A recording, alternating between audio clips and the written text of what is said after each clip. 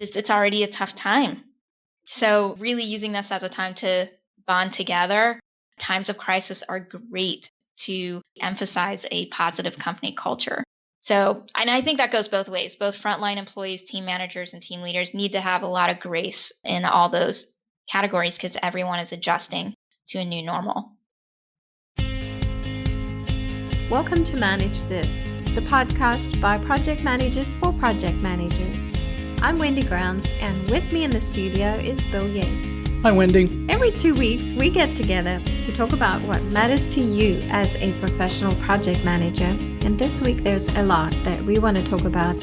Yeah, these are very unusual times, not like anything that I've ever experienced in my lifetime. The COVID-19 coronavirus pandemic has hit, and it's affected everyone on planet Earth. It's changing the way that we work, and we thought what a great time for us to address the challenge that is new to us as project leaders. We wanted to talk about specifically how to work remotely. Yes, I'm sure a lot of people are worried and anxious. Someone wise, I heard saying this on Sunday, is we can't allow uncertainty to dictate how we are going to react. You know, we can't change what we can't control, but there are things we can control. And that's what our guest is going to speak about today. Yeah, that's great. I think it goes right along with our tagline of keep calm and manage this. We've got a lot of challenges to keep calm. So we're all wondering, how do we manage this?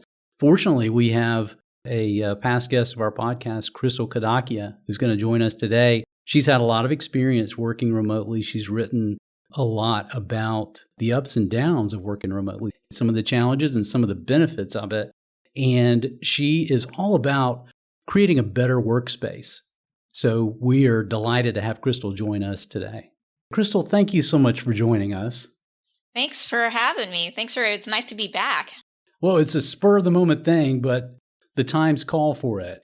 I think that it's a very timely and also just something that I've been really wanting to share more and more about. So I'm really glad that we're getting a chance to talk about it. Crystal, you wrote a blog, which recently we've published on the website. Does coronavirus have a silver lining? A guide for the newly remote manager.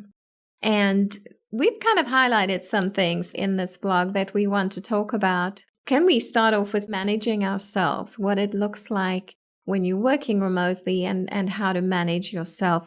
Yeah, sure. So the first thing about all this is you have to take care of yourself first.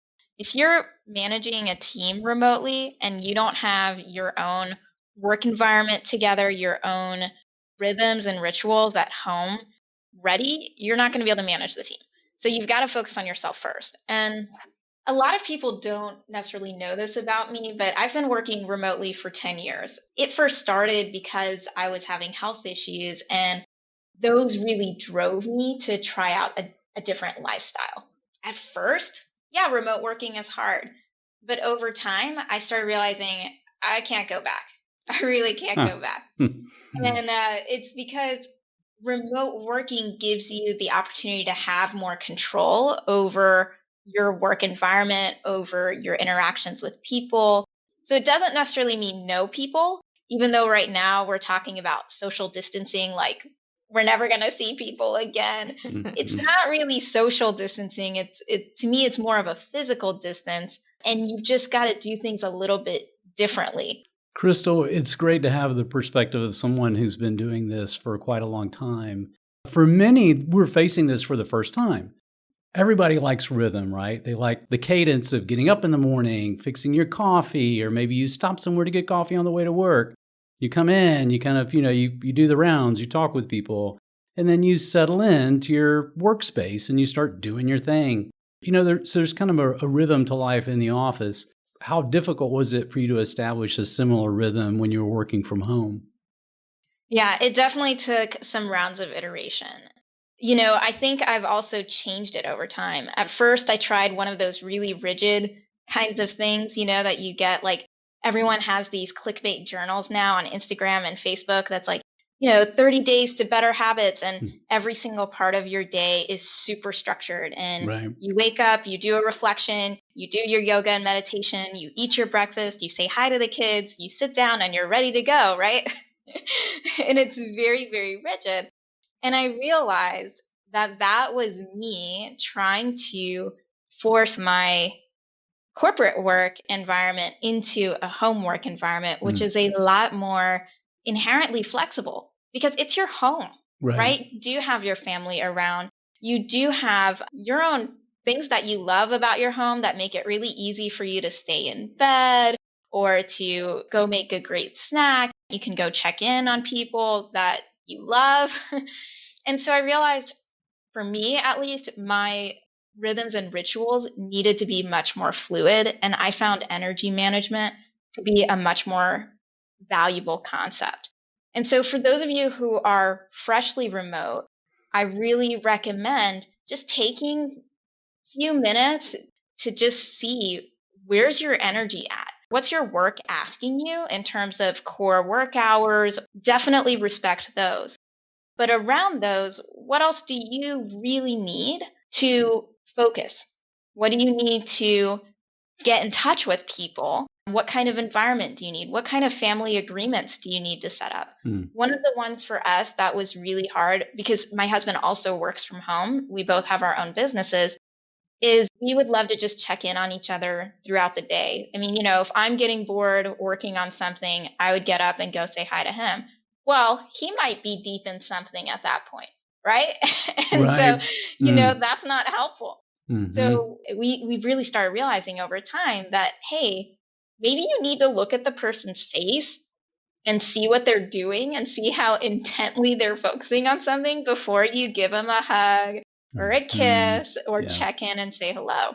And I'm sorry, we're kind of newly married, so I don't know, that might not, but we got married last year, and so anyway, that's a little bit TMI, but you're at home, Yeah. everything's TMI. What are you going to Mm, do about it? yeah. So I would just recommend spending some time thinking about your energy and Mm, creating some family agreements, respecting your team's norms, and then sharing what you've come up with to the rest of your team. For some of you, it might still be very structured. yeah. For others, you might start shifting your waking hour because you don't have a commute. You don't have to get completely dressed up. And you know what? That extra 30 minutes of sleep, you might find out that that's a huge benefit to your productivity overall. You've said so many things that I want to dig into.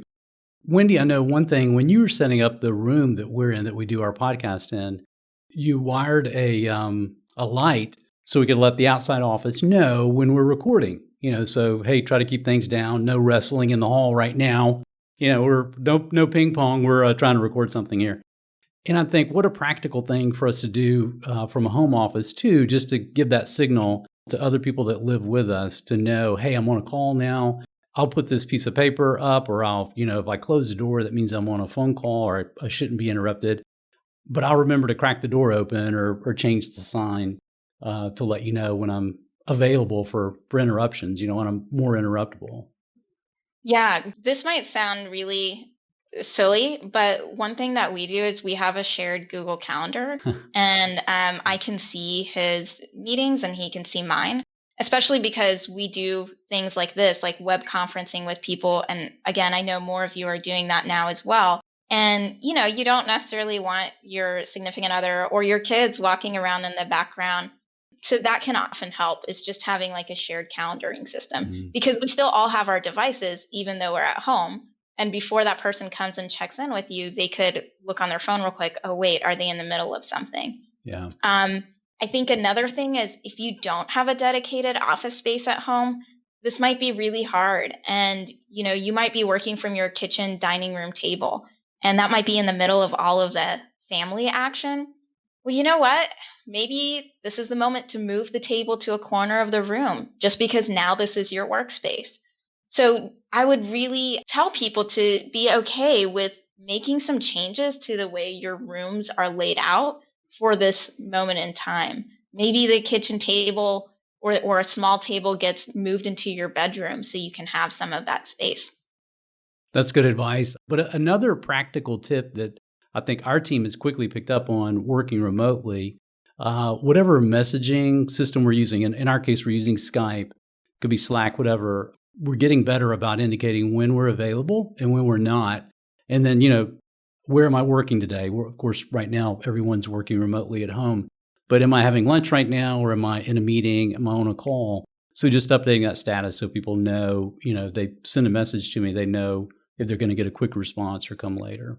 That's a really great practice. And I think something that goes along with that is the concept of check ins.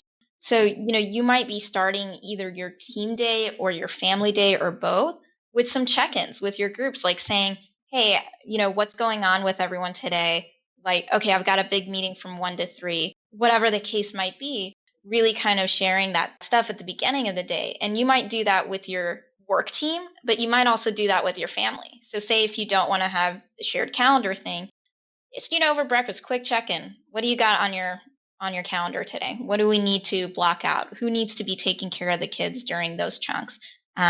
Those sorts of questions. And Mhm. unless your child is really, really young, even if they're 10 years old, asking them to co-create their day's agenda. I don't use those words, but ask them what they want to do that day. I think a lot of parents right now are feeling like they've got to be the entertainment and they've got to be in control of it all. And the truth is that there was many times before digital, before a lot of support, where kids would just play on their own and they were fine. So, I think sometimes even remembering back to your own childhood of, well, how did you entertain yourself? It doesn't always have to be as structured as we might think or want. And they can help create that. Give them some options, see what they feel passionate about or pick up on. We have asked our staff who are all working from home what challenges they have been finding in this last week that we've been at home. We've asked them for suggestions and challenges. And some of the things they're saying is sticking to a schedule, when to wake up, when to start work, just sticking to that daily schedule. And it seems like a lot of them are talking about interruptions they're having. When we're working all together in the office, it's really easy to just pop over to someone and say, hey, can you take a look at this? Or what are your thoughts on this? Whereas now there's chats, there's emails, there's Skype. They're getting so many interruptions because people are trying to get hold of them in multiple different ways. How do you suggest they stick to their schedule and get the work done? Great questions. So let's tackle the schedule one first. I am not a huge fan of structured schedules when you're working from home. And that's because it's really draining to have, like, say, a 4 hour chunk straight in front of your computer. It doesn't, for some people, that might work, but for many people, that can really hurt your energy. Not to mention give you headaches and eye strain and poor posture and back pain and all these other things. So, what I really focus on from a schedule perspective is more around why. Like, what is it that you need to get done today? So, I really recommend, and what worked for me was picking 1 to 2 really big stones to work on that day and maybe 3 to 4 pebbles. Things that I know if I got done would make a lot of progress and would keep up with managing more logistical types of things. And that would make me feel like, okay, good enough. I have done enough today. And then really letting my energy guide when I need to take a break, when I need to go back to diving in, when do I need to be doing focused work, when can I just have an hour where I'm knocking through a bunch of those smaller pebbles, and really letting the energy kind of guide my schedule rather than saying, okay, this is the rigid thing I'm going to stick to every day, because it's just tough when you're at home because you're working with life. You're not, there isn't that kind of segmentation. That doesn't work for everyone, and especially if you have younger kids, because younger kids sometimes really need that structure. So take everything I'm saying with a grain of salt. You really got to figure out what works for you.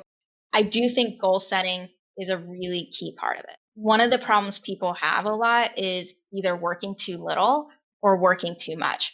And the way you get around that is just having goals, knowing what it is you want to accomplish that day.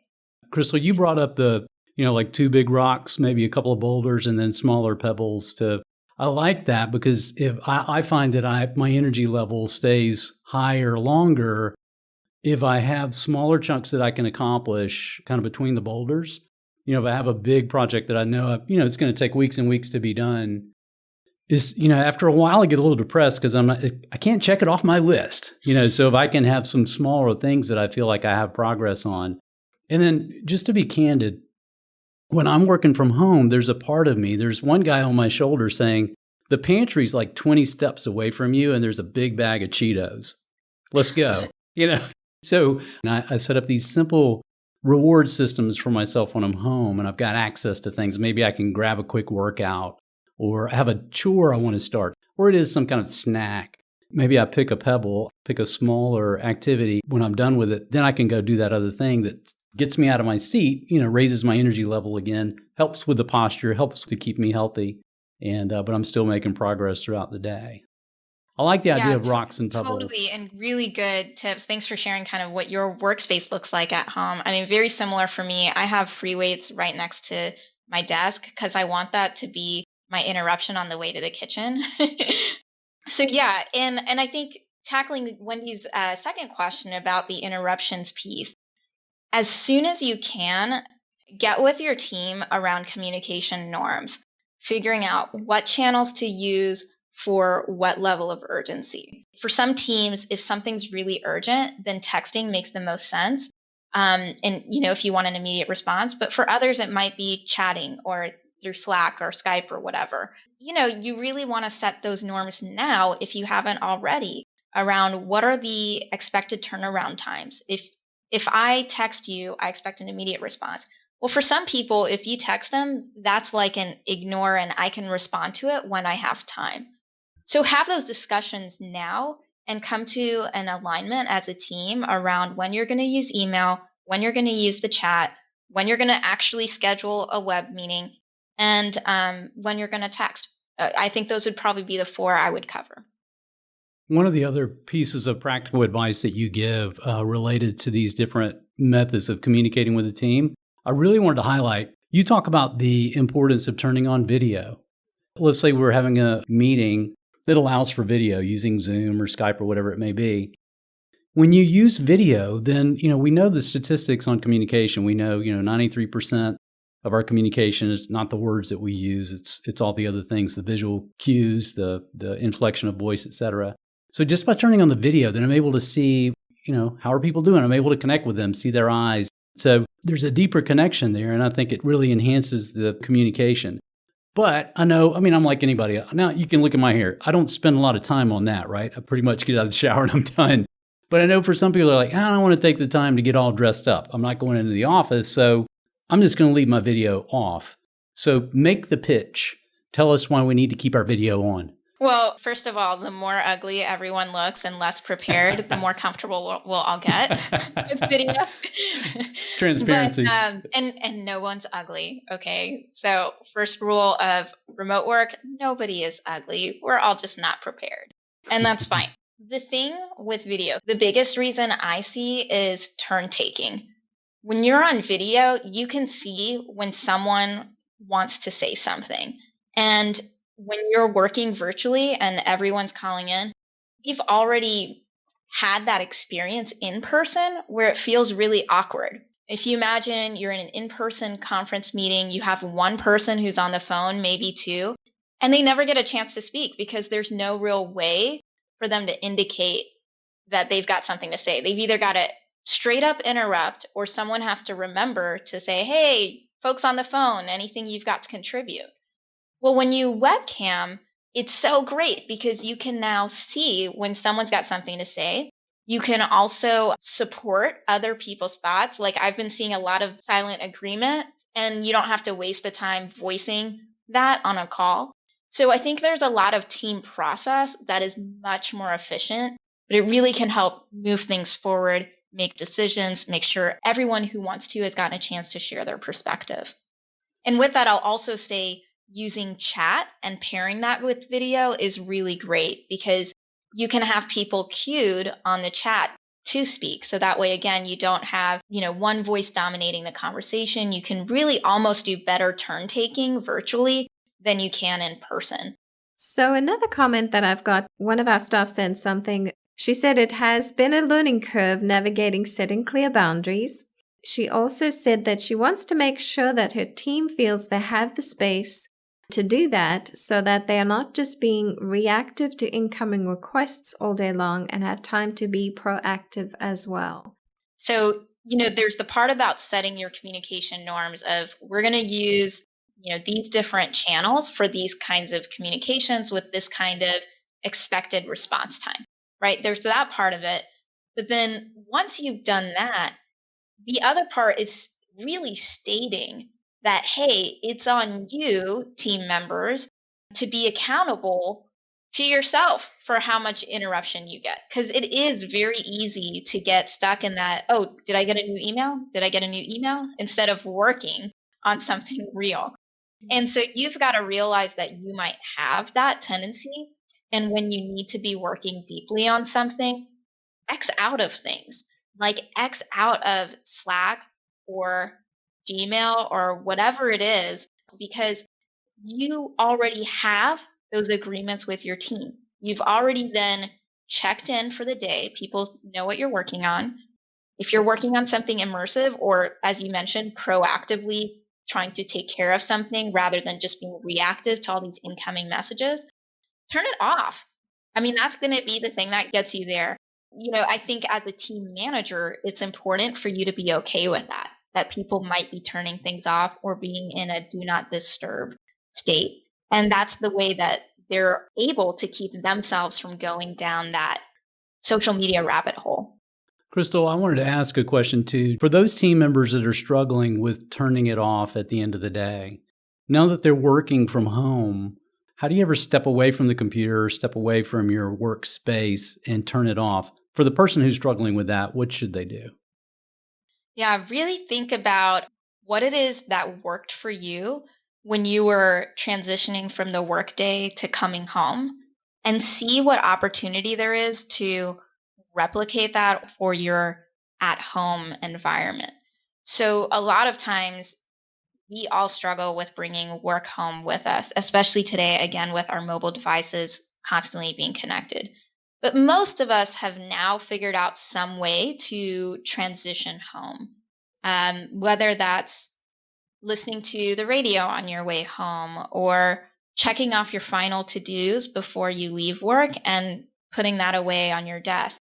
See if there are things like that you can bring back to your home life. For me, at the end of my day, when I start to, and again, for me, it's based on energy, when I start to feel like I can't really accomplish much more, my go to is generally to take a walk outside. And that's even checking the mail. It just starts to switch you. Having that conversation, hey, what do you want to do tonight with your spouse or your kids?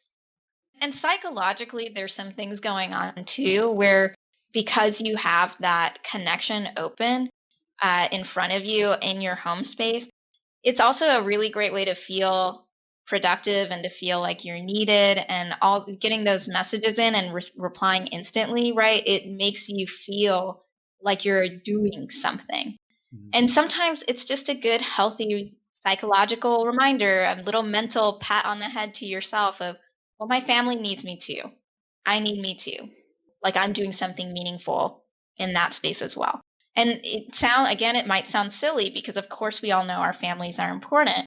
But when you have that connection constantly open in front of you like that, all of a sudden you have a new choice to be made, right? And Mhm. so it's a good, like I said, just a good little mental or heart reminder that, wait a second, there's other things that make me feel like I'm doing something meaningful. That it might not be as quick as easy as responding to an email, but it's still just as important. Mm. That's good. I think, again, just a visual cues for me. If I can close the door to my office to kind of indicate that it's done, I'm done with that now. Or if I can close my laptop, those are things that kind of help my brain go, all right, disengage from work, re-engage with family or whatever else you've got going on. And also, a normal part of my routine at the end of most days would be some kind of physical exercise. And I don't need to abandon that now that I'm working remotely. So, we all have things that worked really well for us at work. Try to see how you can bring those things home and then take a look at the things that kind of weren't working that well at work. One of the things for me was actually the interruptions I got at work, like people just stopping by my desk to chat or whatever. And sometimes there's toxic people at work. When you've got a little bit of distance, you can act much more thoughtfully around those folks than you could in the past. You can choose when you interact with people a little bit more than when you're at work. And that can, in the reverse, actually allow you more focus time if you've got some of these team norms and family agreements in place. When we go back after coronavirus, for those of you who will be going back, you might bring some new tools and skills with you that you have now. You might include the person on the conference call line who's calling in a little bit more. You might be way more comfortable with web calling, and you might start using that for your remote calls instead of just the conference line. Crystal, that's so true. Again, I saw just this last week, just talking with colleagues at other companies that are experimenting with different tools. One was a collaboration tool, like a shared space where people could collaborate and they could still see faces. They could see each other's face as they were on this collaborative space. It's almost like you were in a virtual room setting where you're all standing around a whiteboard and you're adding to it. The particular tool was Miro.com. So Miro, I don't know if it's Miro or Miro.com, but great collaboration tools. So there's things like that. There's, Trello. There's so many that we've all either dabbled with or maybe seen somebody use. Now we'll become heavier users of those. And you're right. We're going to bring those back to our workspace when we're all working physically together, and it's going to make us better. And I think it's going to impact the way that we work with vendors and other partners into the future. Yeah, I mean, virtual brainstorming tools, that's a really great example because the nice thing about using remote brainstorming tools or cloud-based ones are that they're asynchronous. Like you can contribute at any time. You don't have to just wait for that physical team meeting where you're all gathered around a physical whiteboard and you're providing your thoughts. Hey, maybe in that physical time, the way we used to do it, you might have been burned out that day. You might not have been ready to contribute your thoughts. You might have had a lot of other stuff going on. There might have been a very dominant person in that particular meeting. Well, when you do that same kind of activity virtually, now you have people being able to contribute on their own time, their own pace, and you can still get together as a team to brainstorm together and talk together. So you really kind of get the best of both worlds.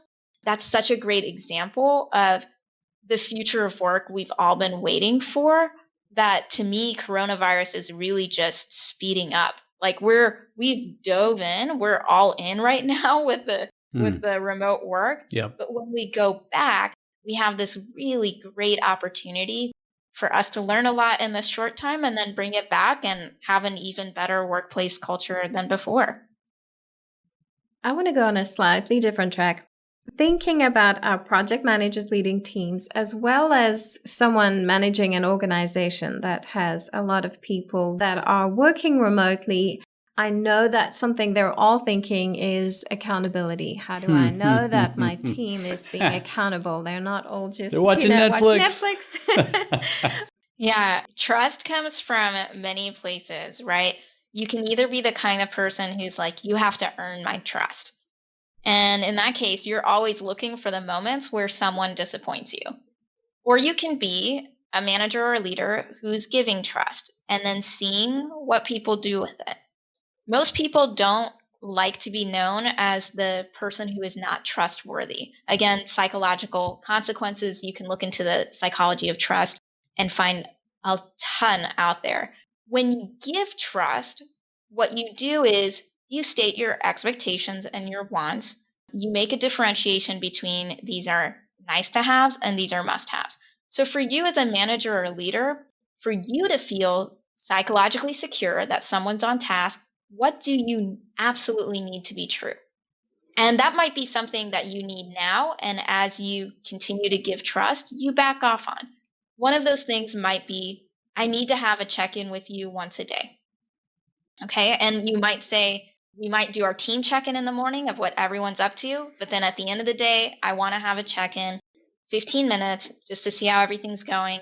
And especially right now, you really might want to do that because there might be barriers that you might want to work on removing for your folks.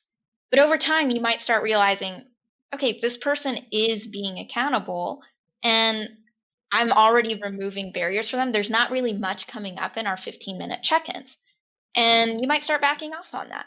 So think about what you need to feel psychologically secure that someone's doing their work without having to see them all day on Slack or Google Hangouts, because the thing you don't want is to become a micromanager remotely. Like a remote micromanager is really a pain. It's a pain for you because now you're in front of your computer seeing who's on and who's not.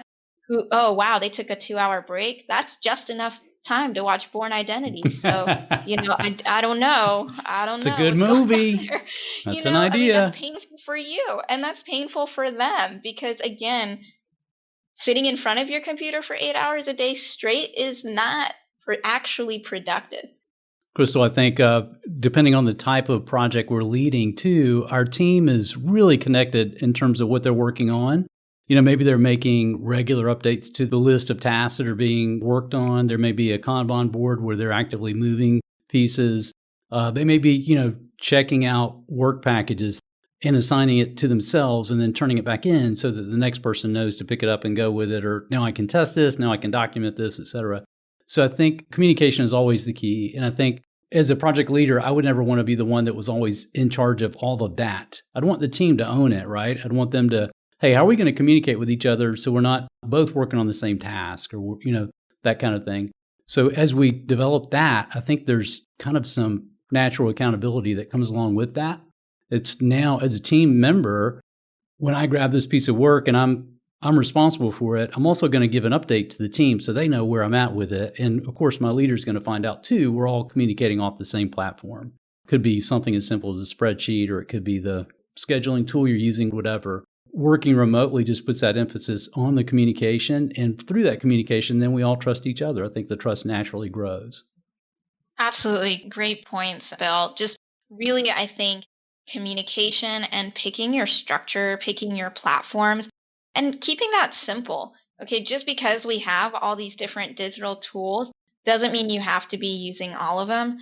So, if you're a team manager or leader, recognize that your role is to help create this sandbox and help facilitate the team processes. You're the one that's really guiding those things. So pick a few simple things. Don't feel the need to add in every single technology tool out there. Pick a few that will get the job done and get your team started on aligning on communication norms, scheduling, and moving tasks forward. I really acknowledge that for people who are leading organizations, this is a really tough time. I'm not trying to sound like Pollyanna here, everything's amazing, because I understand there's a lot of panic going on and there's a lot of systems that need to be put into place really quickly. There are definitely companies out there where they've never worked from home. Many people don't have home offices, they don't have home office equipment. CIOs, the IT department, they're really on the hook to get this in place like last week. And that's a really, really tough challenge. There are some things that are within our control. There are some strengths that we can emphasize during this time because that's what's really going to get us through some of those tough spots. And if you find yourself getting frustrated with lack of support from your company, know that they're working on it, right? So I think the more gracious we can all be, especially to folks who are in IT or our team managers and team leaders who might be figuring out for the first time how to work remotely for themselves, much less manage their team. Let's be a little gracious. Let's be cool. Let's try to do what we can do in our control to help the team and the company maintain business continuity. Because that's the last thing anyone needs is a bunch of people who are really frustrated, especially employees. It's already a tough time. So really using this as a time to bond together. Times of crisis are great to emphasize a positive company culture. So, and I think that goes both ways. Both frontline employees, team managers, and team leaders need to have a lot of grace in all those categories because everyone is adjusting to a new normal. That's good. Thank you so much, Crystal. Thank you so much for being with us today. Thank you for your advice. How can people reach out to you? Yeah, please feel free to connect with me on LinkedIn. And I would really, really love to learn more about what's working for everyone. I'm definitely not saying enough about the parents with kids at home. I would love to see people's advice around what is working for them. You can do that through sharing comments on the articles, posting your own status updates, and tagging me. I would just love to keep focusing on these strengths that people are finding and things you're excited about with this remote work situation. So, yeah, feel free to connect with me on LinkedIn and let's keep this dialogue going during this time. That's it for this episode of Manage This. By now, I'm sure you've also discovered the double benefit from listening to these podcasts. You have just earned some PDUs towards your recertifications. To claim them, go to velociteach.com and choose Manage This Podcast from the top of the page. Click the button that says Claim PDUs and click through the steps. Until next time, keep calm and manage this.